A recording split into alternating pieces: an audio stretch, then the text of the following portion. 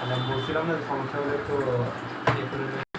এই যে এটা মান এখানে যে মান দেয় এখানে যে মান দুটারই স্যাচুরেশন মান দেয়। যখন এই স্যাচুরেশন মান দেওয়া থাকবে তখন অন্যান্য মানগুলো কীভাবে বের করবো? তখন কি আমি নর্মাল ধরবো?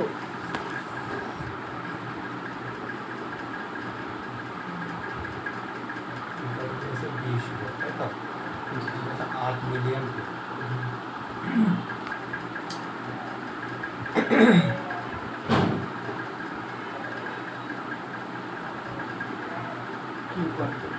তাই তো এই অঙ্ক পেয়েছিল তো পরীক্ষা নাকি করছিলাম ভাই আমি এই দুইটার মান মিলছে একটা মেলে নেই। এখানে এই সব অঙ্ক বলতে হবে কেন?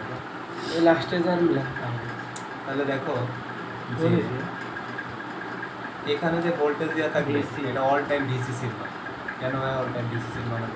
এখন দেখো যখন তুমি একটা যখন আঁকাবা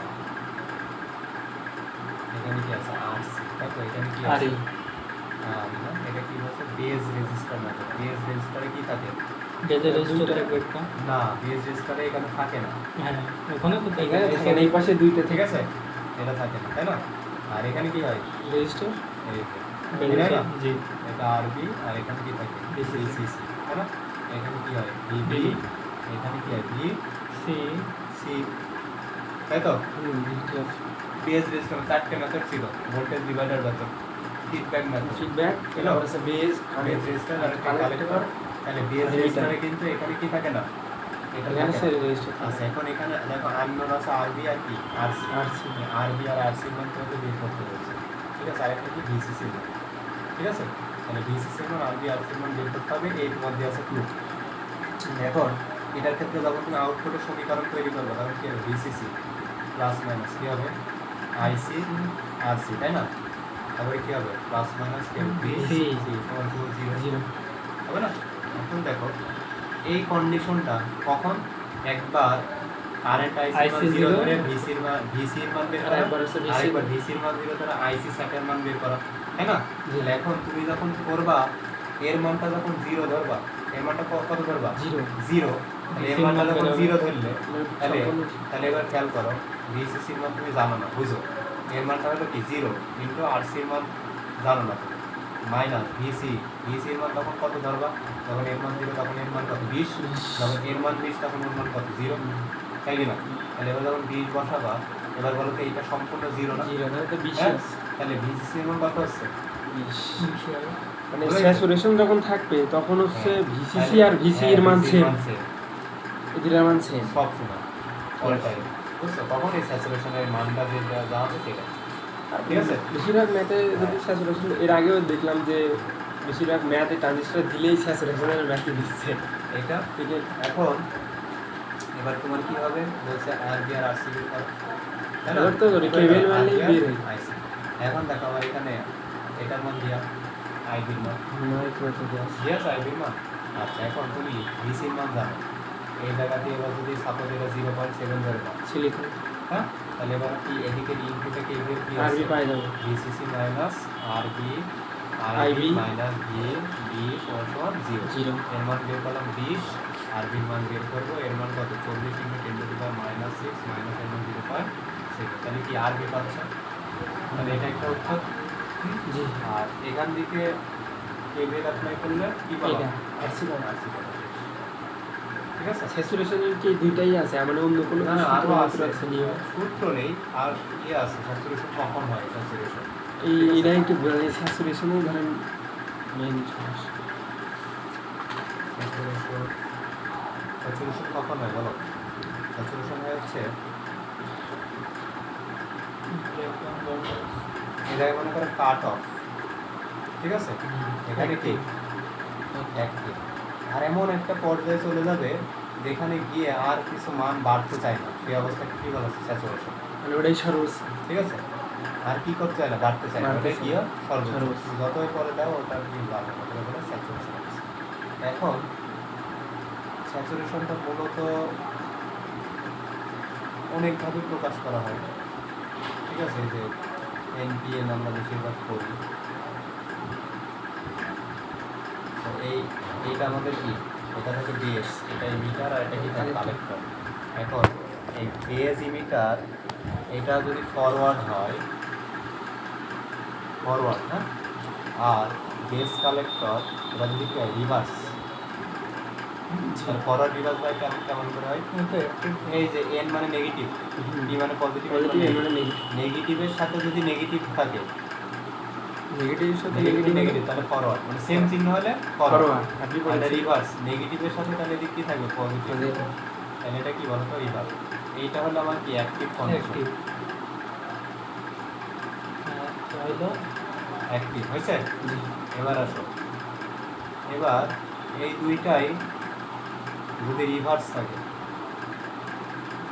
নেগেটিভের সাথে কি রিভার্সের উল্টা পজিটিভ, নেগেটিভের সাথে কি পজিটিভ Positive. রিভার্স থাকে, কাট অফ। তাহলে সেটা হলো কাট অফ। রিভার্স মানে কি বন্ধ, ঠিক আছে, কাট অফ। আর এই দুইটাই যদি থাকে ফরওয়ার্ড,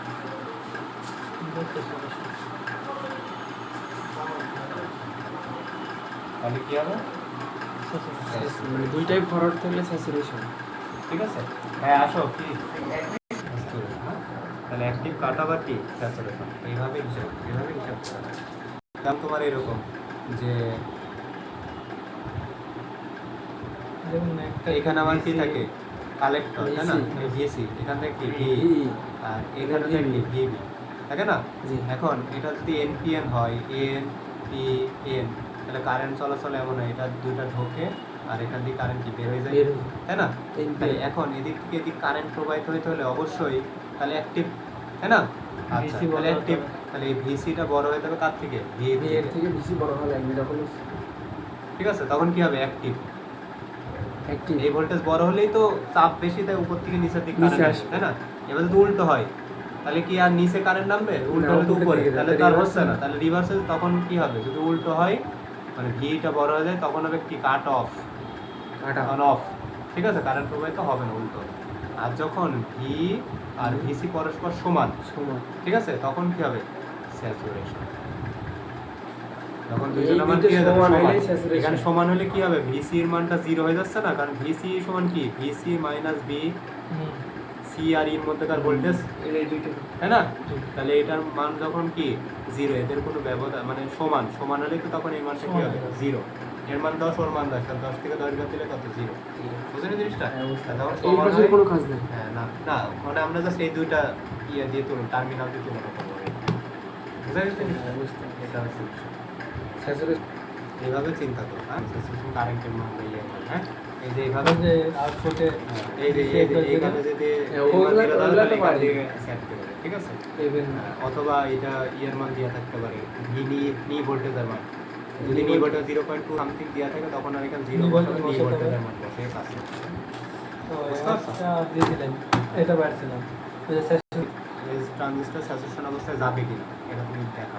তখন কি করবা, আগে আইসি সেট, ওই সমীকরণ দিয়ে আইসি সেটের মান বের করে নিবে।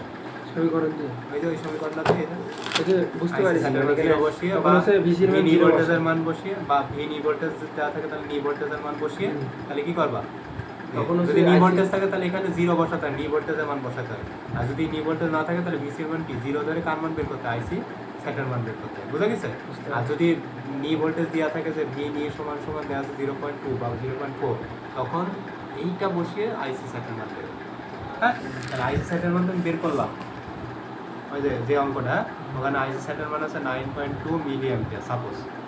তার মানে বোঝাচ্ছে এই ট্রানজিস্টরটি যখন 9.2 মিলি অ্যাম্পিয়ার কারেন্ট যাবে তখন থেকে ও কি হয়ে যাবে, স্যাচুরেশনে চলে যাবে। স্যাচুরেশনে চলে যাবে। হ্যাঁ, তাহলে এবার তোমার বলেছে প্রশ্নটা এই ট্রানজিস্টর স্যাচুরেশন আছে কি নেই, বুঝছো। তখন হচ্ছে এবার তুমি কি করবা, স্বাভাবিক Normal অবস্থার নরমাল কালেক্টর কারেন্টের মান বের করবা। তখন নরমাল কালেক্টর কারেন্ট একই সমীকরণ হবে, কিন্তু এখান থেকে তুমি 0 বা নি zero ভোল্টেজ বসাবো। তোমার বসানো লাগবে না, সেখান থেকে যে কারেন্টটা পাবো সেটা নরমাল কারেন্ট। তাহলে নরমাল কারেন্টের 11 মান point বেড়েছে something। 11 point something. হ্যাঁ, তাহলে তখন তো এই ট্রানজিস্টরটি 9.2 থেকে কিসে কি হয়, Saturation-এ চলে স্যাচুরেশন শুরু করে, আর ওর কারেন্ট আছে কত 11.2, তাহলে আছে, স্যাচুরেশন আছে কি নেই, আছে স্যাচুরেশনে আছে। ঠিক আছে। কম থাকলে তখন আর না। তখন অ্যাক্টিভে থাকে, কম থাকলে স্যাচুরেশন আছে।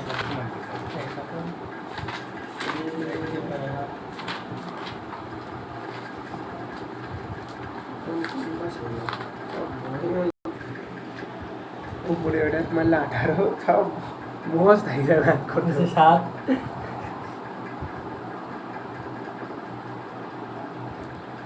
ব্যাস সে হয়তো